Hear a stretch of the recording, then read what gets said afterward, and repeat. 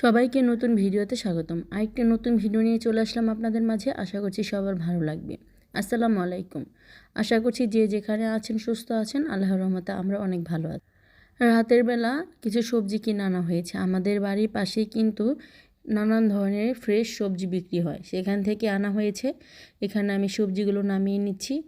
দেখতেই পাচ্ছেন এখানে সব সবজিগুলো একেবারে ফ্রেশ। টাটকা একটা লাউ এনেছে, সাথে ছিল কাঁচামরিচ, ধনিয়া পাতা, সব কিছুই অল্প অল্প করে আনা হয়েছে যাতে 2-3 দিন চলে যায় এই সবজিতে।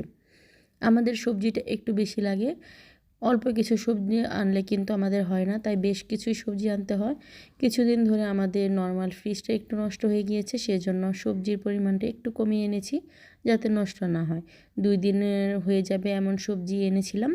এখানে এনেছি বেগুন, এখানে 1 কেজির মতো বেগুন এনেছি, আর এনেছি পেঁপে। বেগুনগুলো খুব সুন্দর টাটকা ছিল। আর এখানে 5 কেজি পেঁপে এনেছি। পেঁপেটা আমরা সবসময় একটু বেশি এনে থাকি, কারণ পেঁপে কিন্তু ফ্রিজে রাখতে হয় না, বাহিরে রাখলেও পেঁপে ভালো থাকে। আর আমরা যেহেতু সকালে রুটি খেয়ে থাকি, তাই পেঁপে দিয়ে ভাজি করি সকালবেলা, তাই বেশি করে পেঁপে এনেছি। এখানে 5 কেজির মতো পেঁপে এনেছি, আর টাটকা একটা মিষ্টি কুমড়া এনেছি। মিষ্টি কুমড়া একেবারে কচি ছিল। এই মিষ্টি কুমড়ার কিন্তু খোসা না ফেলে রান্না করা যাবে, এত বেশি কচি।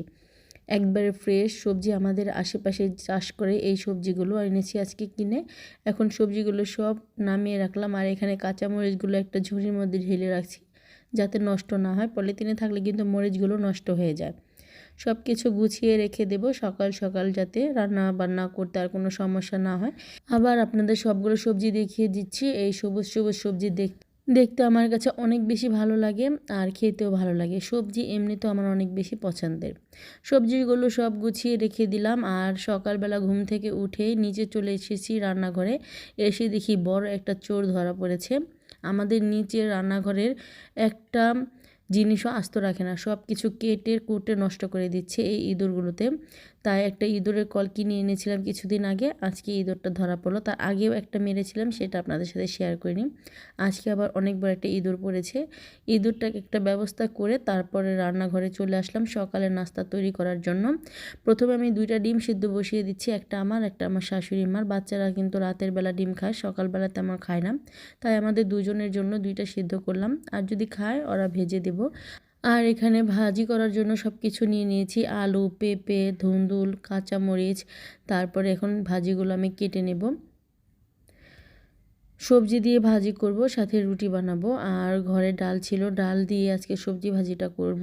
এই তো সবজিগুলো এখন আমি সব কেটে নেব। এক হাতে তো আর কাটা যাবে না, আমি অন ক্যামেরায় সবগুলো সবজি কেটে নেব। আর কেটে তারপর আপনাদের সাথে শেয়ার করব আমার রান্নাবান্নাগুলো। এই তো আমার ভাজি কাটা হয়ে গিয়েছে, এখন ভাজিটা বসিয়ে দিচ্ছি। প্রথমে আমি তেলের মধ্যে পেঁয়াজ আর কাঁচামরিচ দিয়ে দিলাম। এর মধ্যে অল্প একটু হলুদ, মরিচ, আদা, রসুন, ধনিয়া, লবণ সব কিছু দিয়ে ভালো করে গুলিয়ে নিয়েছি মশলাটা। এখন ভালো করে কষিয়ে নেব। কষানো হয়ে গেলে এখানে আমি সবজিগুলো পরিষ্কার করে ধুয়ে তারপর দিয়ে দেব। একবার আমি পরিষ্কার করে ধুয়ে নিয়েছি, আরেকবার পানির মধ্যে নিয়ে নিয়েছিলাম সবজিগুলো। এখন একে একে পানি থেকে তুলে দিয়ে দেব, আর ভালো করে কষিয়ে নেব। আমার মতো কে কে এইভাবে সকালে ভাজি করে থাকেন অবশ্যই কমেন্ট করে জানাবেন। আমরা কিন্তু যখনই ঘরে যেই সবজি থাকে সেই সবজি দিয়েও করে থাকি, আবার সবজি না থাকলে শুধু আলু ভাজিই করে নিই। এই তো সবজিগুলো দিয়ে দিলাম, এখন সুন্দর করে কষিয়ে নেব।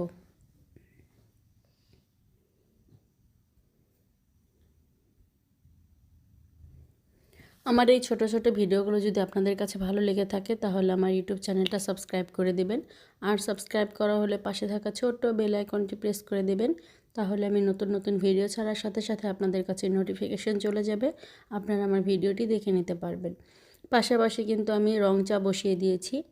হঠাৎ করে ঠান্ডা পড়ার কারণে ঘরের বেশিরভাগ জনগণেরই ঠান্ডা লেগে গিয়েছে, সেজন্য রং চা বসিয়ে দিয়েছি 1 হাঁড়ি। সবাই নাস্তা খাওয়ার আগে প্রথমে রং চা খেয়ে নেবে, তারপর নাস্তা খাবে।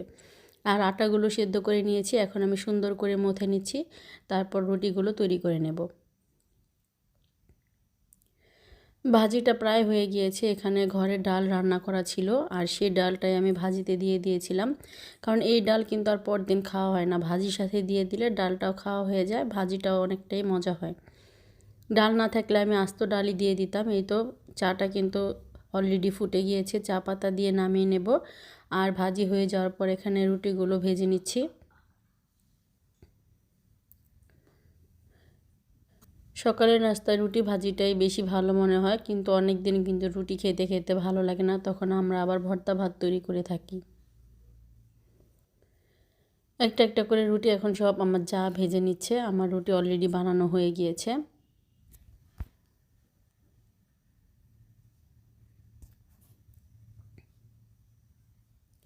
রুটি ভাজা প্রায় শেষের দিকে, আর 2-1টা আছে, তাহলেই কিন্তু নাস্তা রান্না হয়ে যাবে।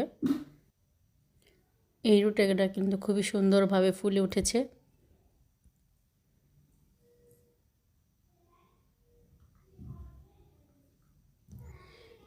রুটি ভাজি কিন্তু হয়ে গিয়েছে রান্না। এখন সবাইকে সকালে নাস্তা খেতে দিয়ে দেব। আর ভাজিটা দেখতে পাচ্ছেন অনেক বেশি মজা হয়েছিল, সাথে নরম নরম রুটি। সকালবেলা এরকম নাস্তায় বেশি ভালো লাগে। আর আমার শাশুড়ি মায়ের ডিমটা আমি পরিষ্কার করে নিয়ে এসেছি, এখন দিয়ে দিবে খাওয়ার জন্য। আর চাটাও নিয়ে এসেছি, সবাই চা আর খেয়ে তারপর নাস্তা করে নেবে। আর আমিও নাস্তা করতে বসে পড়েছি।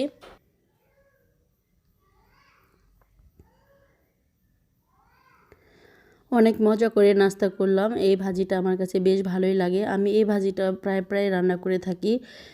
যে কোনো ডাল দিয়ে এই ভাজি রান্না করা যায়, মুগ ডাল, মুসুর ডাল কিংবা মটর ডাল, যে ডালটাই থাকে আমি সেই ডাল দিয়ে এই ভাজিটা করে থাকি। আজকে যেহেতু মসুরি ডাল রান্না করা ছিল, সেটা দিয়েই করে ফেলেছি। নাস্তা খাওয়া হয়ে যাওয়ার পরে এরপর আমরা অনেকক্ষণ রেস্ট নিয়েছি। তারপর এখানে রান্না বসাতে চলে এসেছি রান্নাঘরে। আর আপনাদের ভাই আমাদের জন্য চটপটি নিয়ে এসেছে। আমাদের বাড়ির পাশে আজকে ওয়াজ হচ্ছে, ওয়াজের মধ্যে অনেক বড় মেলা বসেছে, সেখান থেকে চটপটি কিনে এনেছে। এখন সবাই মিলে আমরা চটপটি খেয়ে নেব। এখানে আমার মেজো যা চটপটিগুলো বানিয়ে নিচ্ছে, আমি তো রান্না বসিয়ে দিয়েছি। আর সেজন্য এখানে আমার মেজো যা এগুলো রেডি করে দিচ্ছে। আমরা বাহিরে বসে আজকে খাবারটা খেয়ে নিচ্ছি। সবাই বাহিরে বসে আছে, আপনাদের ভাইয়া, তারপর আমার যা, আমার শাশুড়ি, বাচ্চারা সবাই এখানে আছে। এখন সবাই মিলে আমরা চটপটি খেয়ে নেব। সব কিছু একসাথে মা খেয়ে নিল। এরপর চটপটির ফুচকাগুলো ভেঙে দিয়ে দিবে, তাহলে একেবারে রেডি। আর এই খাবারটা এমন কোনো মানুষ নাই যে পছন্দ করে না। শতকরা 90% মানুষই এই খাবারটা অনেক বেশি পছন্দ করে। আমাদেরও কিন্তু অনেক পছন্দের এই খাবারটা। এখন সবাই মিলে আমরা চটপটি খেয়ে নেব, তারপর রান্না বসিয়ে দেব।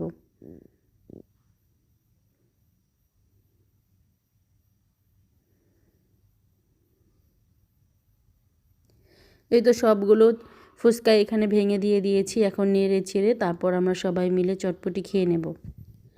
ফুচকাটা একেবারে রেডি হয়ে গেল, ফুচকা না মানে চটপটিটা। এখন আমরা সবাই মিলে খাবারটা খেয়ে নেব।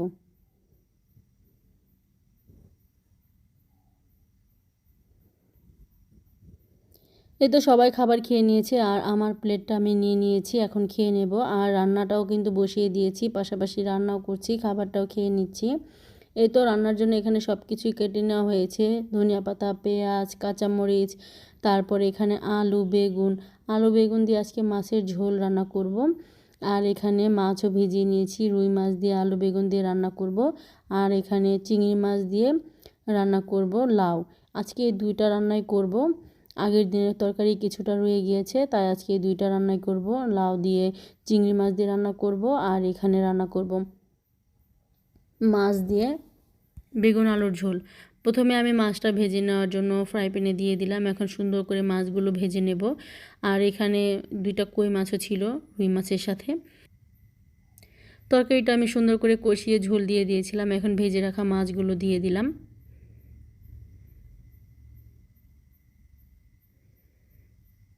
আর এখানে লাউ তরকারিটাও বসিয়ে দিয়েছি। এখানে অল্প অল্প করে হলুদ মরিচ দিয়েছি, দেখতেই পাচ্ছেন একেবারে কম হলুদ মরিচ দিয়েছি। লাউতে কিন্তু আমরা হলুদ মরিচ বেশি দিই না, একেবারে সাদা সাদা করে লাউ, মূলা এগুলো আমরা রান্না করে থাকি। এগুলোতে বেশি ঝাল দিলে আমাদের কাছে ভালো লাগে না, তাই এখানে আমি অল্প হলুদ মরিচ দিয়ে চিংড়ি মাছ দিয়ে সুন্দর করে কষিয়ে নিয়েছি মশলাটা। এখন আমি লাউগুলো দিয়ে দিচ্ছি, লাউগুলো দিয়ে সুন্দর করে নেড়ে চেড়ে রান্না করে নেব। আর লাউ রান্নাতে কিন্তু আমি পানি ব্যবহার করি না, লাউয়ের পানি দিয়ে লাউ রান্না করে থাকি।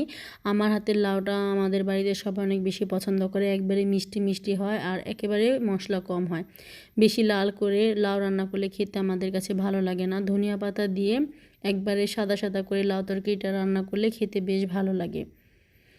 সবগুলো লাউ দিয়ে দিয়েছি। এখন সুন্দর করে নেড়ে চেড়ে ঢাকনা দিয়ে ঢেকে রান্না করে নেব। আর লাউ রান্না করতে তেমন সময় লাগে না, একেবারেই তাড়াতাড়ি কিন্তু লাউ হয়ে যায় রান্না।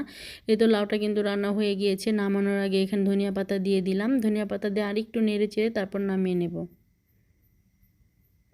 লাউ তরকারিটা কিন্তু অনেক বেশি কমে যায়, এক পাতিলা লাউ কিন্তু হাফ পাতিলারও কম হয়ে গিয়েছে।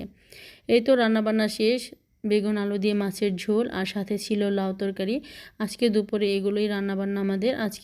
ব্লগটা আর বেশি বড় করব না। আগামী ব্লগ দেখার আমন্ত্রণ জানিয়ে আজকে এখানেই বিদায় নেব। সবাই সুস্থ থাকবেন, ভালো থাকবেন। আল্লাহ হাফিজ। আসসালামু আলাইকুম।